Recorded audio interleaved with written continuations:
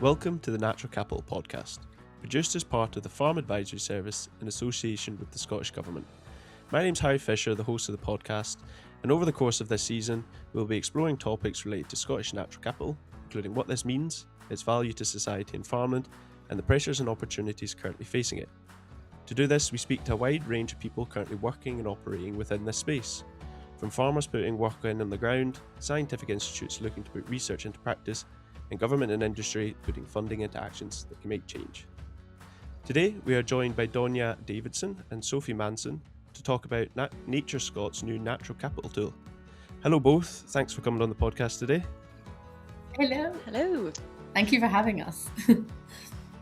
Just to kick us off, would you mind, I gave you a bit of an introduction there, but would you be able to, both of you, give us a bit of an introduction to who you are, your kind of background, what you do and why you do it? Yeah, of course. So I'm Donya Davidson. I'm Natural Capital Manager at NatureScot. So I head up our lovely natural capital team. I'm actually an ecologist by trade, but specialise in natural capital valuation, ecosystem service modelling, and co-design approaches, which I'm sure we'll get into in the podcast episode. And I guess I do what I do because I'm passionate about nature conservation. I really like the natural capital space as it's obviously about nature at its core, but it's very much around how humans and how we benefit from nature and helping people really engage with those benefits and all the wonderful things that nature does for us. So yeah, I really like that interface between nature and people. Hello, I'm Sophie Manson. I'm the Natural Capital Project Officer at NatureScot. So I work primarily on the Natural Capital tool, and my role is understanding how people use the tool. It's now it's in beta, it's being developed, and it's my job to understand how people are using it and feedback to the team. Why do I do it? So I am an agroecologist. I recently, about a year and a half ago, finished my PhD looking at the benefits of wildlife-friendly farming for agriculture, actually in a very different landscape, coffee agriculture. But I've return to the UK, and I'm passionate about conservation. I believe in the marriage between farming and biodiversity and the benefits that farming can bring for nature, and I want to see a nature-rich, connected-up landscape, and particularly with agriculture at the heart. Superb. And I think that's kind of ties into the natural capital tool and what it looks to do. So just to kick us off, this episode today is about the natural capital tool. Would you be able to tell us kind of what this is? What does it do? What does it look to solve? And why did NatureScot decide to build it? Yeah, no, and I should have said that in my little introduction that I do manage the project, the Natural Capital Tool project as well as part of my team at NatureScot. But essentially, the natural capital tool at its core is all about, and I very cheesily say this, I always call it making the invisible visible when it comes to nature. So it's essentially a means to help people take what we call the natural capital approach to their decision making, but it's really just looking at nature, looking at all the habitats that we have, looking at the benefits and the broad range of different benefits that nature provides, and then making decisions based on those. And the reason that we've wanted to develop this tool, we're funded through our Farming with Nature program, which is all about testing new approaches to like decision making and around natural capital. But one of our key drivers of biodiversity loss is nature not being included within decision-making processes, whereas this natural capital approach is like a real way to get nature that like seat at the table and allow people to really see the full suite of benefits. I've been at NatureScot for about 4 years now, and when I joined, this was my remit, was to develop this tool. So I conducted a very lengthy literature review of all existing tools that I could find across the UK at that time. And when I conducted that review, there really wasn't anything in Scotland that could allow us to take that process and allow us to share something with landowners, land managers, to be able to do that. There was a lot of tools out there, but a lot just optimized for use in England and Wales. A lot of lovely tools in the private sector, but they were a bit of a black box, like couldn't quite see under the hood, how the different models run, or they might be behind a hefty paywall. So again, like not super accessible for people to use. And a few tools that were very like academic, which is great, but also very technical and not just something that people could pick up and play. So this is what really led us on this journey to developing the tool that you see today, is to have something like open access, free, accessible, that really allows people to measure the benefits of nature, like on their land, and use that to identify opportunities and make decisions off the back of that. We're still developing the tool. I'll maybe go into that a bit later. It is released right now in beta, but we developed it using a co-design approach. So very much with our end users. So it wasn't us like just NatureScot, behind the scenes being like, oh, this will be useful for people, we'll just make whatever. Throughout this whole process, we've been running workshops, we've been engaging with, I think we had over 170 different individuals across like 60 different organizations involved in the process. And we really wanted to ask people like, what are the challenges you face on your land? Like, what do you find difficult in the natural capital space? Like, what's hard with decision making at landscape scale? And we use that all to like really build into the tool that you see. And the project, it's led by us at NatureScot, but it's in partnership with Liverpool John Muir's University and also EOLAS Insight as well. So LGMU are an academic institution, and EOLAS are like a software development company. So it's a really nice blend of like public sector, academia, and private sector, and I think it allows us to all like play to our strengths within our different organizations. But that's kind of what led us to this point. Super. Yeah, that's really interesting to hear the kind of process. And yeah, 4 years in the making. It must be nice to kind of see it start to kind of come into fruition now in the beta mode. And yeah, interesting to hear that it's kind of that kind of working with stakeholders to hear what they want out of it. Yeah, I think that's quite a nice approach to it. And the tool is fed with kind of data about the natural capital within the area. Would you be able to kind of explain kind of layman's terms what that means? What does it mean when it's what natural capital data is fed into it, and how is this data built up? Cool. So I'll be able to take this question. So when we're talking about natural capital, what we're referring to are the elements of nature that hold societal values such as habitats, ecosystems, animal, plant species, and what they provide. Essentially ecosystem services. So the benefits that natural capital provides to people, such as insect pollination, flood mitigation, carbon sequestration, and this is what we model in the tool, ecosystem services.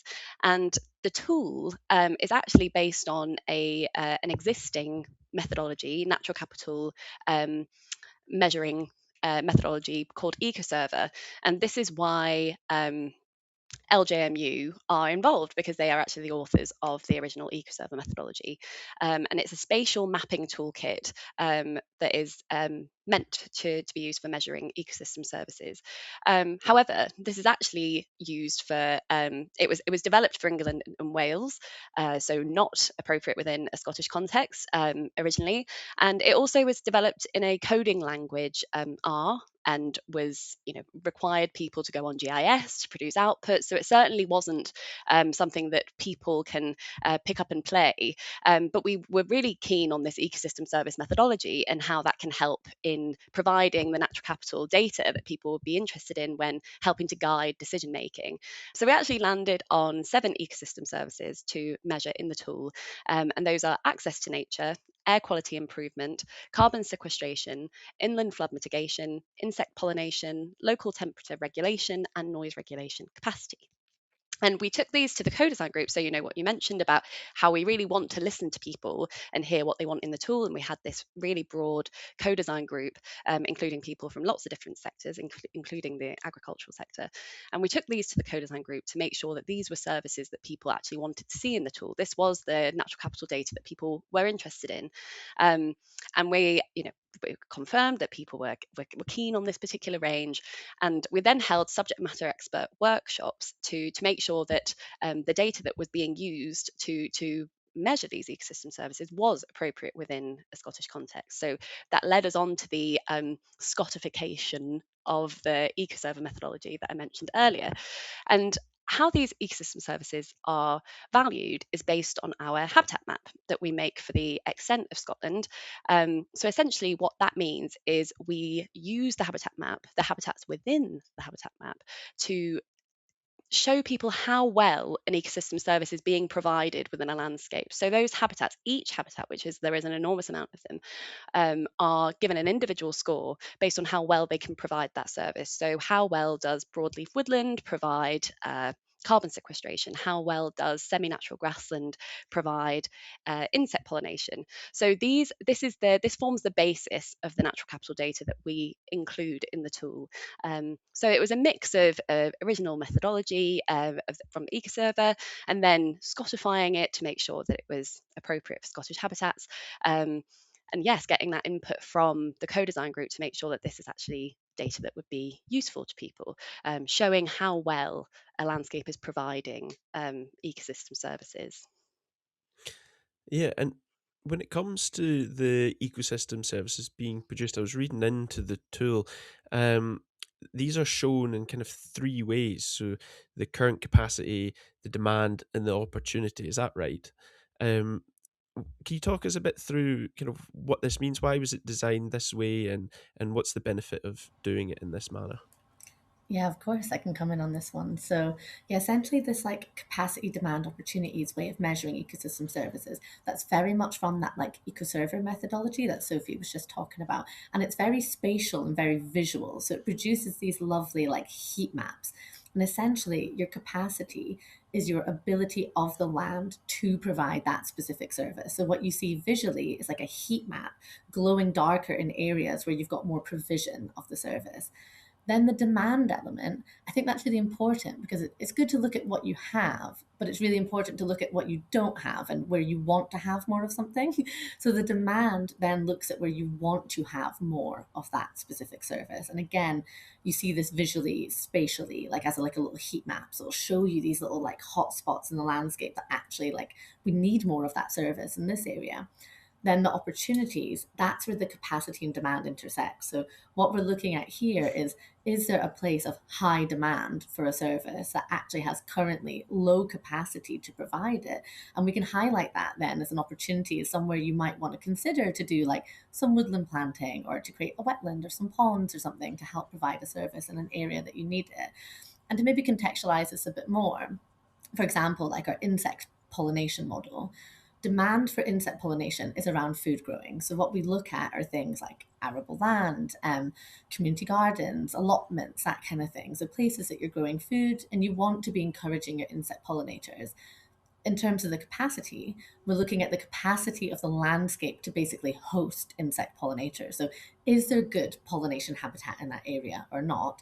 So when we look at the opportunities for the insect pollination model, it's looking at places that you have demand, so where you're growing your food, but it's also looking at is there any insect pollinator habitat? And if there isn't, if there's low habitat or low or no insect pollinator habitat, that's where we highlight the opportunities. And it might be somewhere you might want to consider for, some more relaxed grasslands or meadow planting and like pollinator rich mixes and things like that. So yeah, it works similarly across the other services, but I just thought that's maybe a helpful example to contextualize how the demand, the capacity, and the opportunities kind of come together. I should say as well, so we measured the services in that way, that very like spatial, visual, like heat map kind of way. But we do also have a few ecosystem services measured in biophysical and economic terms as well. And we don't do it for all of them, we just do it for some. So like an example is like carbon sequestration. So that would tell you, like how many tons of carbon are being sequestered by this habitat in the landscape. And the economic valuation is very much the economic value of the societal benefit that people get from that. So that can cause sometimes a little bit of confusion. People sometimes see the pound signs and think, oh, is that the value of my land? And I'm like, no, it's the valuation of the societal benefit that people get. So not to add more confusion, but that's a little extra element that we do also add as well. Yeah, no, that's an interesting way, and yeah, putting that, there's kind of a lot of talk about the putting a financial, price on ecosystem services, but I suppose, Yeah. do you see a real benefit in doing that? Do you think that translates the message? If you're trying to get nature at the table, and a lot of the time at the Yeah. table, it's pound signs that are being discussed. Do you find that helps including that within the tool? I think so. I think what's important in the tool is having a range of different options. So I think you could go through it and not even touch the biophysical and economic stuff. You could just purely do that, like capacity demand, prioritization. And I think that's a really powerful element. And I think that's more for people that, they've already got a goal in mind. They maybe do want to plant some woodland, or they've got something like that. That prioritization element can really help them. I think where maybe the biophysical and economic valuation is useful is when you're taking it where maybe the landowner or the land manager is taking it elsewhere to maybe try and, gain support for a project they want to do, or an intervention they want to do, or to get access funding. It can be a really useful hook in that way.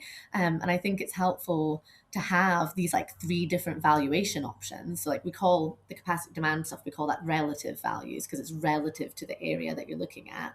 Then you've got the biophysical, then you've got the economic. I think it's useful having that range, and you can use them all together, but they have their own pros and cons associated with them. So like I was saying, yeah, biophysical and economic, it can be a bit better at, getting nature in the boardroom a bit more, and trying to get that investment element. Mm-hmm. And just to kind of help the listener visualize the tool, you were saying that the ecosystem services work out, you're almost saying kind of hotspots on a map of, Yes. here's the demand. How granular is that? Are we, is the hotspots, is that looking at almost kind of a landscape scale, within this general area, this place would be good for, woodland Yeah. creation or wildflower meadows, or does it go down to kind of farm level? How granular is that data?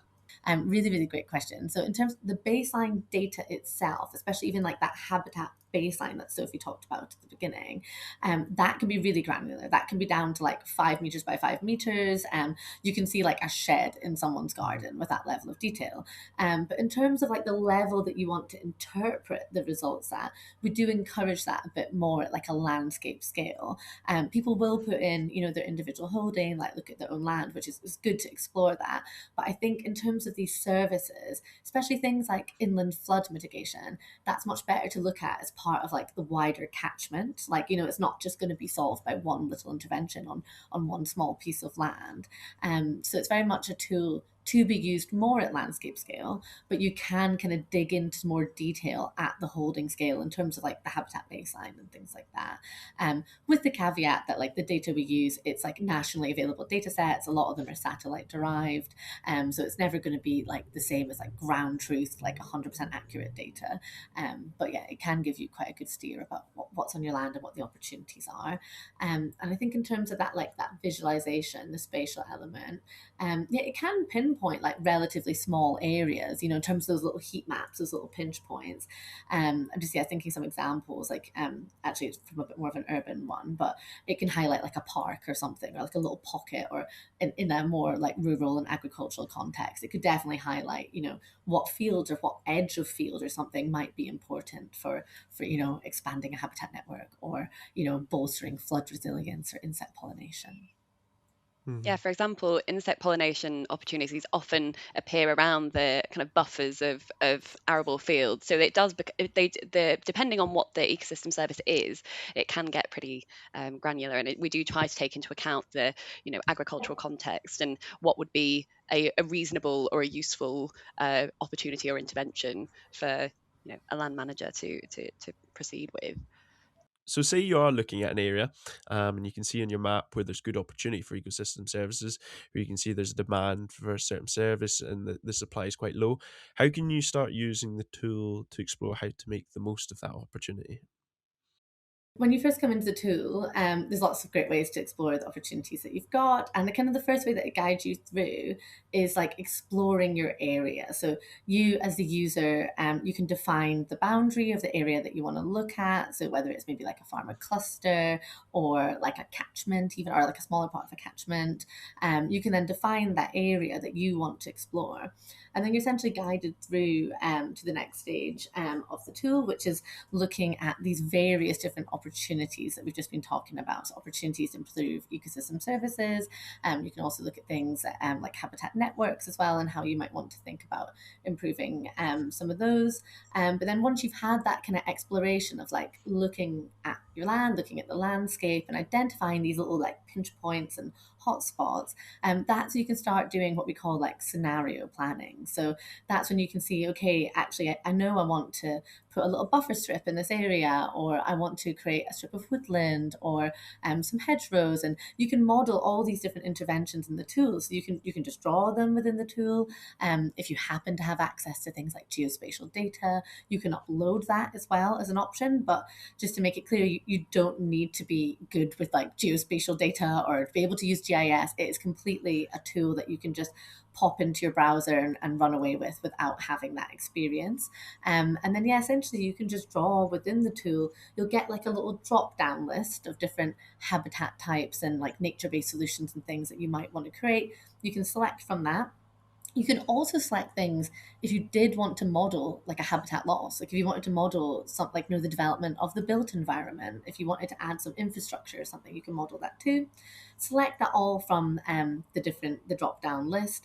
And then what the tool then does is it reruns all of those ecosystem service capacity models that I was just talking about earlier. So those heat maps, it reruns all of those and gives you this lovely like before and after. And it's very visual, so you have to bear with me with my descriptions. But it gives you like a little slider, so it shows you what the capacity of the landscape was before to provide that service, and then what it is afterwards. And you can really see where in the landscape you're getting those gains. And you also get this little results table that kind of quantifies these different gains. And that's where the different relative scores comes in. That's where the biophysical and the economic valuation comes in as well. So you get like a little percentage change, essentially a positive percentage change, a positive number. That's like a gain in that service. You can say, oh, I've bolstered insect pollination, I've improved my inland flood mitigation and my access to nature, or whatever it is that it happens to be. If you get a negative number, that means a loss in that service as well. And then, like I was saying, you've got things like the biophysical and economic valuation. So like how many tons of carbon, how many cubic meters of timber, that kind of stuff. But that's essentially, how you explore in the tool, how you kind of, start taking action based on the opportunities that you've seen. It allows you to model that and like scenario plan and go back and forth and work out if that's something you want to do. Just to add to that, and I guess something important to point out is those scores that you get, those percentage change, is relative to the area that you put in. So depending on whether you put your area of interest being your holding or maybe slightly larger than it, the scores will change. Maybe you put through some interventions. Those scores might change depending on what the size of your area of interest is. So maybe you put in a bit wider, you want to see the wider landscape.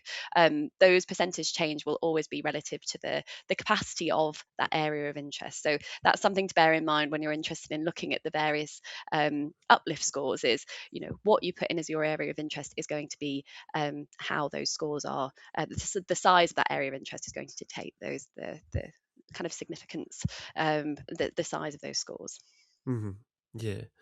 Oh, that's right. Yeah, yeah. Because I had to play around with the tool, and yeah, it was cool to see. Just trying, or just maybe I'll put a woodland here, or this here, and yeah, you get a change in the kind of the reporting almost of the different ecosystem services. Oh, that did that here, and that changed. This ecosystem service, but maybe it decreased that one, and yeah, it's interesting to kind of have a wee play around with it. And you mentioned at the start there, it does incorporate, or at the very start we were talking about nature-based solutions as a way to bolster biodiversity through tackling any issues that society has.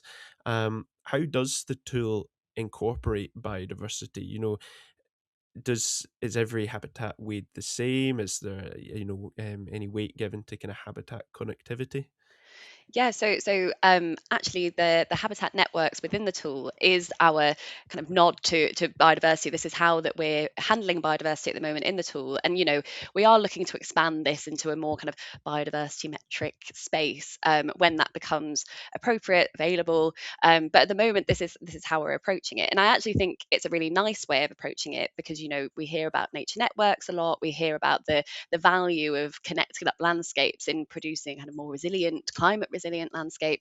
But yes, we've told you about, we've talked a lot about the ecosystem services, and those are really the benefits to people that nature provides. But actually, we wanted to make sure that the benefits to nature are also being considered within the decision-making process. So this is why we include habitat networks and opportunities to expand habitat networks in the tool.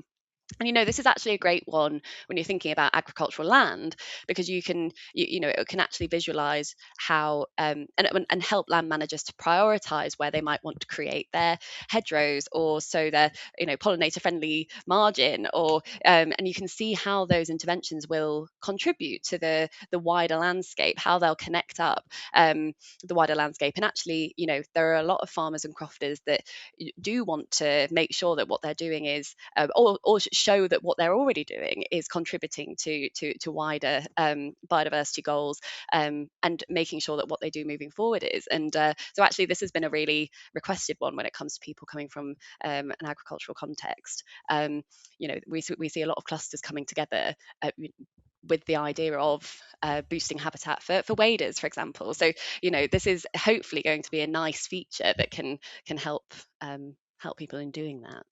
And it's actually personally my favourite to look at within the tool as well. And it's actually been a recent update to the tool to see what Donya was just explaining about the before and after. Previously, we didn't have that habitat networks. You actually could only see the ecosystem services, but now you can visualise how your interventions, so not just kind of seeing the hectares you might have added in terms of a particular habitat, but actually seeing the different dispersal levels of species associated with the habitat you've created, and how that their movement will be impacted as a result of the intervention. So it's a really nice one to produce visually at the end. Yeah, that's incredible. That's included as well. That's a really kind of interesting. We did a bit of work on that at SAC. We did kind of modeling of habitat connectivity, and where would be best to kind of create certain habitats. So it's nice to see that this is the kind of thing that is being included and being incorporated into tools like this. And that kind of leads quite nicely on to my next question about the target audience of the tool. You were saying there, you've had kind of farm clusters. I was just trying to think within that kind of our context, how could, the individual farmer use this? But is that the kind of pitch that the tool's, going out to? Is this for the individual farmer, farm clusters, council areas? Who do you hope to kind of, attract with the tool and hope picks it up? Yeah, a great question. It is one we get asked a lot. And just to even follow on from what Sophie was just saying before about this like habitat networks element, I know I touched on at the beginning that like everything we do in the tool is driven by co-design and driven by feedback. The want for habitat networks and biodiversity was like so high, like on that list that people wanted, which is what drove us to actually go down the route to be like, right, we need this in the results, like not just ecosystem services, we need to have habitat networks in there too.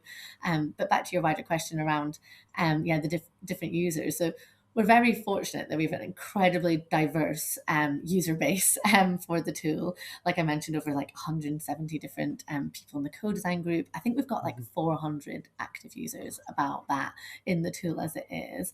And from a farming perspective, it is more the farmer clusters or farmers as part of like a wider initiative. As we know, like farming landscape is such a huge part of Scotland, like farming and crofting. So it's a really, really important one to have those voices like engaged within the decision-making process.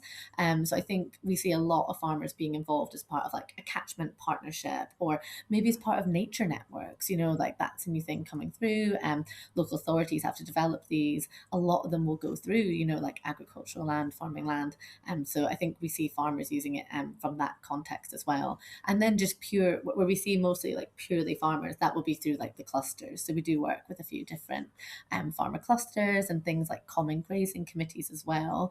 But like I said, the usership is so diverse. Like local authorities, really big one for them. They've got so many different spatial plans and different goals and things they have to do, like community place planning, local development plans, nature networks, like all these different things on their plate to deal with. And I think it's a really helpful spatial prioritization tool. And in my previous life, before I joined NatureScot, I worked on the Edinburgh Nature Network when I was at Scottish Wildlife Trust, and we took a very similar methodology to how we developed the tool for that.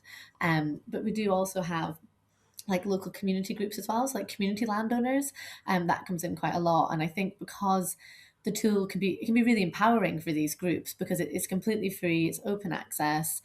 You don't need technical skills and things, to come into it. You don't be able to code in a certain language or anything. You can just come in and get stuck into the tool. And I think, especially for like those that are maybe more like community groups, community landowners, I think the cost of these kind of tools or approaches can be a bit of a barrier to entry. So that's why I think having the tool as this completely open access thing that they can all access has been really useful for them. And then in terms of individual farmer, and I don't know, Sophie, if you want to come in on this a bit more, but I would say, it's more aimed at, it can be individual farmer if they've got like a large enough holding that they might want to put in. But I think the most benefit you get from it is looking at your farm in the context of the wider landscape. Yeah, I agree. I think that's fair, that actually we do encourage that this is something to be used at the larger landscape level to show how your interventions are contributing to wider goals. And however, we can't knock the fact that actually it is kind of fun to put in your holding and see what's there. And maybe, like you were saying, Harry, like simulate your little interventions, draw your polygons onto, there is something, we hope, that is kind of fun. And, like Donya mentioned, it's empowering to be able to view your area of interest, your holding, the a particular area in such a granular way, and in a way that you wouldn't necessarily have had access to before. So we do want to encourage people to use it at the landscape level, but obviously understand that actually this is a pretty cool thing to play around with at any level, really. And actually, kind of following on from Donya talking about the applications within clusters, we've actually constantly doing work to try and make the tool more relevant and useful for farmers and crofters. So at the moment, we've actually just recently expanded the intervention list to include more agricultural habitats, because before it was kind of more broad habitats like woodland, semi-natural grassland, bog, like they were pretty broad habitat types, but actually we got feedback that actually people want to be able to pick field margins, people want to be able to put in hedgerows, people want to be able to manage crops for nature, that sort of thing. So we've listened, and we've improved that. So now we have a bit of a monster list of interventions that people can make. We'll hopefully in the future look to arrange those a bit better, but and we're looking to pilot these with actually our sister project, Farm Bioscot, which actually I think there was a recent fast webinar about Farm Bioscot, so hopefully maybe we can signpost that, and actually looking at that user journey between holding level, using Farm Bioscot to look at the biodiversity on your area of on your holding as it is now, but then the user journey moving into the natural capital tool, looking at where those opportunities exist to when you're looking at interventions to do moving forward, whether or not that would be useful. So we are our ears are open to feedback from people within farming and crofting, and how we can actually join up these two NatureScot tools to work as a kind of seamless user journey to help land managers with their decision making. Yeah, and I think just to add to what Sophie was saying about the updating of the interventions as well, the way that we designed the agricultural habitats, it is to line up with Farm Bioscot terminology too. Yeah. So it should be quite seamless, because we're also very aware that if you are an individual farmer, there's so many different asks of you, so many different things you need to do, so many different tools, so much there. We want to make that as like seamless as possible, for people to be able to move through from like one to the other. So I think that join up was important, like using the same language for the different interventions, because like Sophie was saying previously, it was a little bit more like ecologist terminology, like semi-natural grassland, makes sense to me, but like to a lot of people to be like, what actually is that? So yeah, we did that little update recently. Yeah, no, that's exactly what I did. Yeah, for farm down Stranraer, so I put our kind of farm data into the tool and just had a play around. These are some things we're maybe thinking of doing, and it was just interesting to see. Before you could, it was just a before and after map, but it was nice to see that it was actual. You could tie that to some kind of wider ecosystem services, and yeah, that's what I thought. It's interesting that that's the route that you think it could be taken, and it probably will be taken, as that kind of farm cluster, because that's the first thing my mind went to was, this is great if you had 20 farms surrounding a town or something like that. You would be, the possibility of just playing around, like, well, is anybody interested in woodland creation, hedgerow creation, field margins? You'd be able to actually see how is that benefiting the wider society that you're in. Yeah. I think as well, as part of like farm clusters and some of these like larger, like more landscape scale groups, the tool gives you a place to all like sing from the same hymn sheet. You've all got the same data, you've all got the same baseline, you've all got the same, well, not the same as in the same habitats, but you all got access to the same models and the same information. And that can be really nice because we've heard, from other landscape scale groups, maybe like one landowner is really data rich, they've had surveys done on their land. I think the tool, especially for like the cluster perspective, it can be really good at getting everyone singing from that same hymn sheet. You've all got that same standardized data platform that you can all work from together with access to the same types of data, the same models and things. Whereas, yeah, we have run into stuff with other groups that we've spoken to, just saying that like, one part of the catchment's like super data rich. They've got really nice ground truth data, but then the other end doesn't. So yeah, the tool allows you all to access the same information. Absolutely. And I thought we could maybe do the next kind of step, a kind of little run through, just a couple of minutes, just you guys describing, you open the tool, what do you see? How does it work? Where do you go? For the listener, it might be quite handy just to hear if they want to pop it up on their own screen, and this might be quite handy to give an explanation of what you're looking at. But we'll signpost. There's a really good kind of video on your guys' website that we can put in the show notes, and that's kind of a tutorial going through it as well. We can pop that in the show notes. Oh yeah, no, thank you for signposting to that. It's slightly outdated, but I still think a useful way, a useful hand holding through the tool if it is your first time going into it. But when you first land in the tool, you're presented with the extent of Scotland visualized for you, and you're prompted to define your area of interest. And what that means is we've kind of said area of interest a lot of times today, but essentially that's the area that you want to see the natural capital of, and the opportunities of, and area there where you might want to simulate some interventions. So you can do this by drawing it, which is actually very easy. You just kind of click and drag and make what we call a polygon, a shape that defines your area of interest.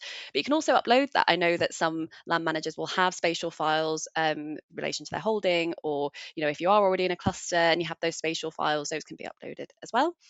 Then you move on to your step 2, which essentially is where you'll explore your area of interest. So this is the really meaty step, and I think the most kind of enjoyable step, in that you can get to explore what is present on your area of interest. So that can be the habitat map that we've referenced several hundred times already, where you can kind of scroll your mouse over and see the habitats that has been the habitats below where you are hovering on the map, and it gets pretty specific. And like Donya said earlier, the granularity is really quite good. 5 by 5 meters in peri-urban, 10 by 10 in more rural landscapes, and you can also look at the opportunities that are available for making interventions within, to boost ecosystem services and also to expand habitat networks, and these will be presented visually to you. So these will be kind of colourful maps that will help show you where, if you were to make an intervention, where would be good if you wanted to boost insect pollination, if you wanted to mitigate downstream flood risk.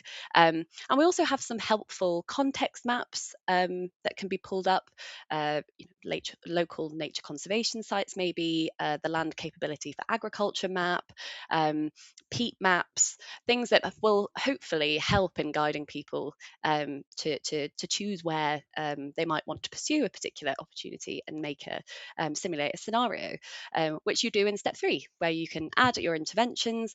You can draw little shapes on your map to show where you might want to create habitat. So woodland, field margins, hedgerows. That's that scenario planning that Donya was talking about before.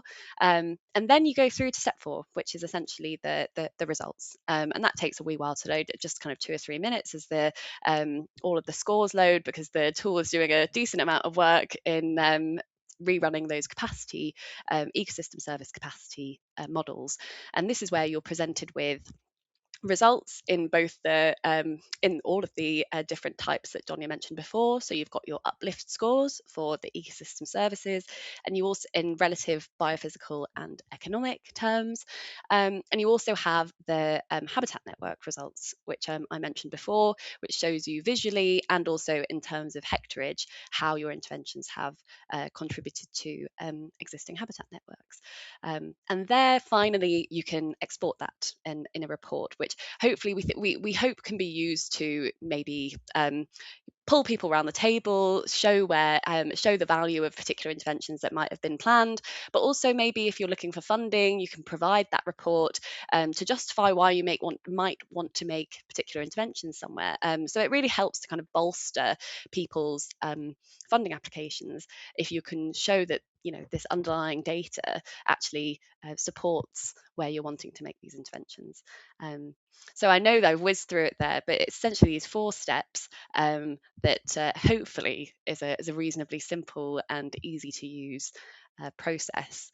And we really tried to distill what is quite a complex thing, a GIS software essentially, into something that is as usable as possible for people that do not have that sort of technical expertise. I mean, I don't have that sort of technical expertise, and I find it, I mean, I've been in the tool obviously hundreds of times, but so I'm biased, but we, people that do not have the GIS expertise, I hope can use this easily.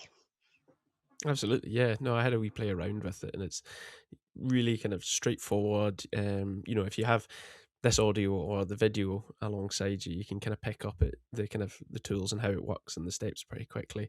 No, it seems a really interesting tool, really kind of useful tool. I can see this, in our line of work, and I think the possibilities for it are a lot.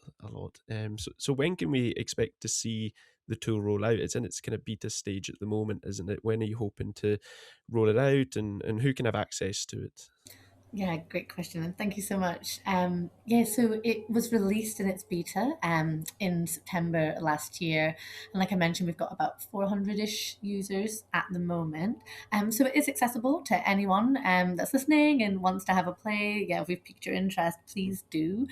We do ask, because it's still in beta, that you maybe give us some feedback if you'd like to on what worked well, what didn't, what you'd like to see. The plan is like this next year, or this current financial year that we're in, will be another big push in terms of development. So like we're very receptive to any feedback about new features or elements that people want to see, and to get access. You just fill out a little form. I'm sure we can provide a link somewhere to the form to fill out. It's very little at the moment, just because it's in beta. It's just like your name and your email, and then we use that email to make your account. You then get sent some lovely little joining instructions that tells you everything you need to know about using the tool. It'll give you access to our email as well, so you can always get in touch with us. I think after this year, we'd be hoping to do a bit more of like a wider release, I guess. Maybe get it into a more stable like MVP. But right now we're doing updates, like software updates, about quarterly. And we always let our users know, like if we've done bug fixes or push new features and things like that. But yeah, still in quite a big development time, but it's out there now, it's available. We encourage people to use it, and we're getting more examples of people having used it and building some really nice case studies of like how they've used it in their nature network or how they've used it for their funding application. And that's been really exciting to see, and we'll continue to share more of that as we get these stories back. And just to add, we also our doors are always open for if people want any support in using the tool, and also if they're interested in piloting the tool in a particular way, testing the tool for us. We're always keen to help people, engage with people. So yeah, hopefully we can provide our emails if anyone wants to get in touch directly and needs some has some queries or any direct feedback. We're always keen to hear from people how they're using it. Yeah, we love it, and that's what really drives the tool. I know I keep saying it all the time, but it really is the feedback that drives it. We do mean it. Yeah, so if you do give us feedback, you'll see we'll take it on. So yeah, no, thank you. No, absolutely. Yeah, we'll pop a link to the form to fill out if you want access to it, and we can pop your guys' emails in the show notes as well. So if anyone wants to get in touch, they can find it in there. Thank you very much for coming on the podcast today, Donya and Sophie. That was really interesting. I'm really looking forward to having a bit more of a play around with the tool, and looking forward to kind of seeing how it progresses. Great. Thank you so much for having us, and yeah, excited to hear from folks as well. So yeah, thank you. Yeah, it's been a pleasure. Thank you. Thank you for joining us on this episode of Natural Capital. If you want to find out more on everything we've discussed, you can find links in our show notes, and more information is available on the Farm Advisory Service website. You can listen to all the previous episodes from the Natural Capital podcast and all our other series produced through Faz Sounds on any podcast provider or wherever you are listening to this one. You can access a wide variety of other resources on the Faz Sounds page in the Farm Advisory Service website. I've been your host, Harry Fisher. Our guests were Donya Davidson and Sophie Manson. Our producer is Fiona Salter. Our editor is Kieran Sims. This Natural Capital podcast is produced for Faz Sounds as part of the Farm Advisory Service in association with the Scottish Government.